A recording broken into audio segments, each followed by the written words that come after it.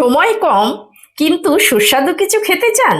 তাহলে কয়েক মিনিটে এই ঢেঁড়স আর ডিম দিয়ে বানিয়ে ফেলুন দারুণ স্বাদের এই ঝটপট রেসিপি। আজ আমি ঢেঁড়স দিয়ে দারুণ একটা রেসিপি বানাবো। তার জন্য এখানে 300 গ্রাম ঢেঁড়স নিয়েছি আর নিয়েছি দুটো ডিম।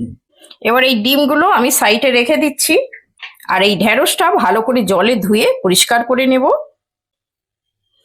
ঢেঁড়সগুলো ভালো করে ধুয়ে আর শুকনো কাপড় দিয়ে মুছে পরিষ্কার করে নিয়েছি। এবার এই ঢেঁড়সগুলো আমি একটা ছুরির সাহায্যে আগে এই মাথাটা আর লেজটা একটু ছোট করেই কেটে দিলে হবে। আর এইগুলো একটু ছোট সাইজের ঢেঁড়স, তাই জন্য আমি এরকম 2 টুকরো করে নিচ্ছি। এই বড় ঢেঁড়সটা আমি এই 3 টুকরো করে নেব। এইরকম সাইজ করে সব ঢেঁড়সগুলো আমি কেটে নেব। ঢেঁড়সগুলো সবগুলো কেটে নিয়েছি আর ঢেঁড়সগুলোকে অবশ্যই পোকাটা এইভাবে দেখে নিতে হবে, পোকা থাকলে কেটে বাদ দিতে হবে। আমার সবগুলো কাটা হয়ে গেছে। ঢেঁড়সগুলো একটা থালার মধ্যে তুলে নিয়েছি আর এবার এই ঢেঁড়সের মধ্যে কিছু মশলা মিশিয়ে নেব। এখানে একটা লেবুর 4 ভাগের 1 ভাগ নিয়েছি আর এই লেবুর রসটা এই ঢেঁড়সের মধ্যে ভালো করে মিশিয়ে দেব। এই লেবুর রসটা ভালো করে এই ঢেঁড়সের মধ্যে দিয়ে দিলাম। এই লেবুর রস দিয়ে দিলে কি হবে, এই ঢেঁড়সের মধ্যে যে হড়হড়ে একটা ব্যাপার থাকে এটা রান্না করার পরে অনেক অংশে কমে যায়, তাই অবশ্যই এই লেবুটা ভালো করে ঢেঁড়সে মাখিয়ে নেবেন। লেবুর রসটা ভালো করে ঢেঁড়সের গায়ে মাখিয়ে নিয়েছি। এবার দিয়ে দিচ্ছি এই ঢেঁড়সের পরিমাণে লবণ।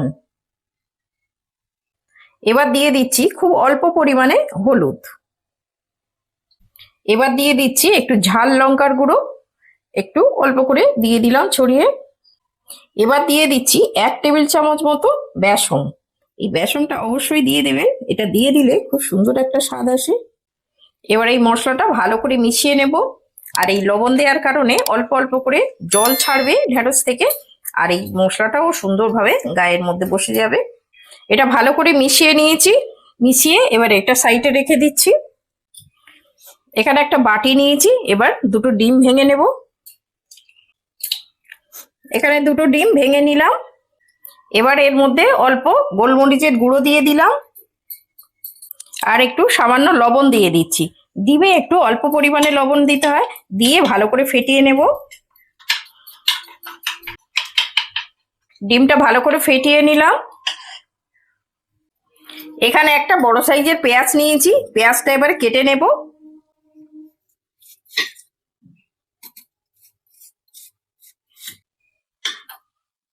পেঁয়াজগুলো এরকম চাকা করে কেটে নিয়েছি আর এইভাবে আমি এইগুলোকে এরকম ভাবে রিং করে নেব। এইভাবে পেঁয়াজগুলো সব খুলে নেব। পেঁয়াজগুলো এইরকম রিং রিং করে কেটে নিলে এইগুলো বেশি ভালো লাগবে। এখানে গ্যাস জেলে কড়া বসিয়ে দিয়েছি, কড়াটা গরম হয়ে গেছে। এবারে দিয়ে দেব 2 টেবিল চামচ মতো সর্ষের তেল দিয়ে দেব। এটা আমি সর্ষের তেলেই রান্না করব, আপনারা চাইলে সাদা তেলে করতে পারেন। তেল গরম হয়ে গেছে, এবার দিয়ে দেবো পেঁয়াজগুলো।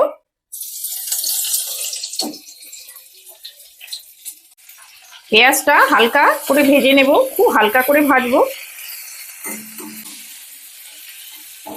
পেঁয়াজটা 2 মিনিট ভেজে নিয়েছি, এইরকম হবে, খুব বেশি ভাজা হবে না। এবার পেঁয়াজগুলো তুলে নেব তেল ঝরিয়ে। পেঁয়াজগুলো সব তেল ঝরিয়ে তুলে নিলাম। এই যে পেঁয়াজ ভাজা তেলটা আছে এই তেলের মধ্যে এবার এই ঢেঁড়সগুলো ভেজে নেব।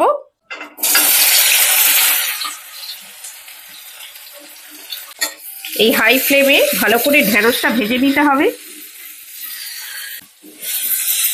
প্রথমে 2 মিনিট আমি হাই ফ্লেমে ঢেঁড়সটা নাড়াচাড়া করে দিয়েছি। এবার গ্যাসের আঁচটা একটু মিডিয়াম করে এবার ভালো করে ভেজে নেব, নিলে কি হবে ঢেঁড়সটা তাড়াতাড়ি নরমও হয়ে যাবে আর ভাজাটা ভালো হবে। এখানে দুটো মিডিয়াম সাইজের টমেটো নিয়েছি, এবার টমেটোর দুটো কেটে নেব। আর ওদিকে ঢেঁড়সটা আমি লো টু মিডিয়ামে ভাজতে দিয়েছি। ঢেঁড়সটা আবার ভাজা হয়ে গেছে, এইরকম একটু করে ভেজে নিতে হবে লাল লাল করে।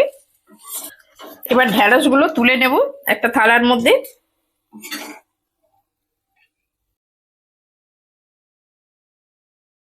এবারে এই কড়ার মধ্যে আরো 1 চামচ মতো সর্ষের তেল দিয়ে দিলাম। এবার এই তেলের মধ্যে 1/2 চামচ জিরে ফোড়ন দিয়ে দিচ্ছি। ফোড়নটা হয়ে গেছে, এবার টমেটোটা দিয়ে দেব।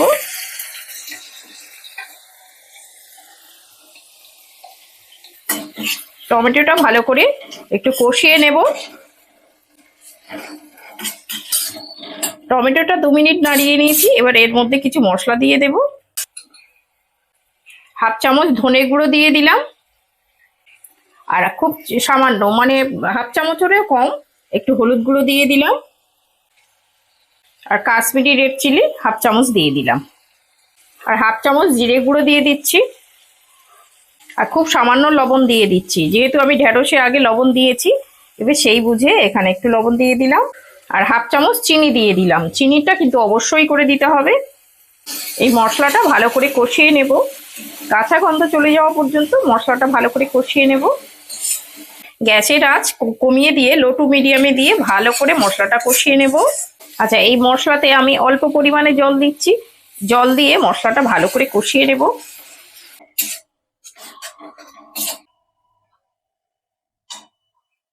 ঢেঁড়সের অনেক রকমের রেসিপি হয়, নিরামিষ কিংবা আমিষ। আজ আমি বানাচ্ছি ঢেঁড়স আর ডিম দিয়ে দারুণ স্বাদের একটা রেসিপি। এই রেসিপিটা আশা করছি আপনাদের ভালো লাগবেই। যদি রেসিপিটা ভালো লাগে, রান্না বাংলা ব্লগ চ্যানেলটিকে সাবস্ক্রাইব করে সঙ্গে থাকবেন। মশলাটা ভালো করে কষানো হয়ে গেছে। দেখুন এইরকম হবে একটা গাঢ় একটা মশলা। এবার ঢেঁড়সটা দিয়ে দিচ্ছি।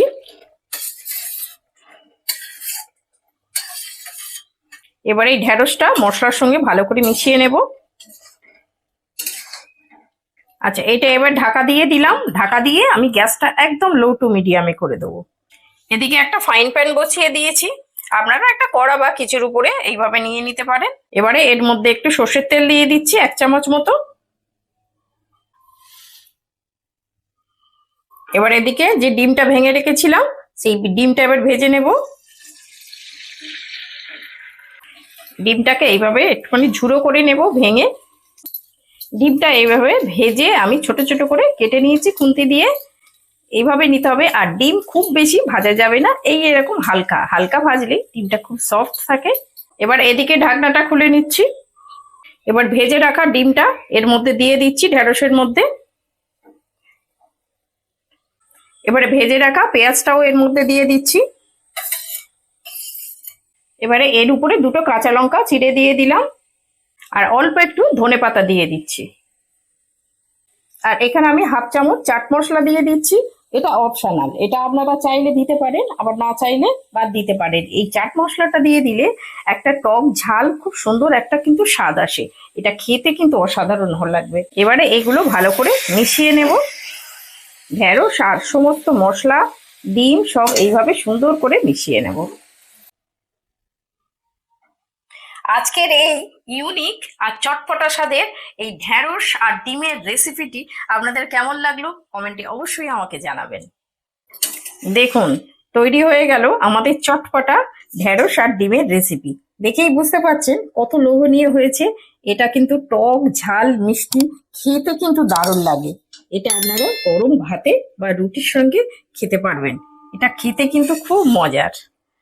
দেখুন কত সুন্দর হয়েছে। এইভাবে আপনারা বাড়িতে বানিয়ে খেয়ে দেখবেন। এটা ভাত রুটি সবকিছুর সঙ্গে কিন্তু দারুণ ভাবে খেতে পারবেন। আজকে দেখো কি রান্না করেছি তোমার জন্য।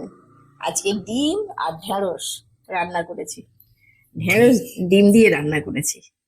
ডিম আর ঢেঁড়স? হ্যাঁ। কই আগে তো কোনোদিন করিনি, এবারে করলাম। খেয়ে দেখ কেমন হয়েছে। না, এর আগে তুমি চিংড়ি দিয়ে করেছো বা নিরামিষও করেছো, হ্যাঁ। ডিম দিয়ে তো কোনোদিন করোনি। না, ডিম দিয়ে করিনি। এবার আজকে করলাম ডিম দিয়ে। মনে হলো যে সবকিছুই দিয়ে তো করি, চিংড়ি দিয়ে করেছি এ করেছি, তো ডিম দিয়ে করে দেখি কেমন হয়েছে, কেমন হয়। তো খেয়ে দেখলাম তো বেশ ভালোই হয়েছে। এবার খেয়ে দেখো। বেশ পেঁয়াজগুলো গোটা গোটা গ্রিন গ্রিন মতো কি সুন্দর দেখতে হয়েছে। খেয়ে দেখি কেমন হয়েছে। দেখো বাহ, কি সুন্দর, বেশ টক টক মতো ভালো লাগছে। তো ভালো লাগছে।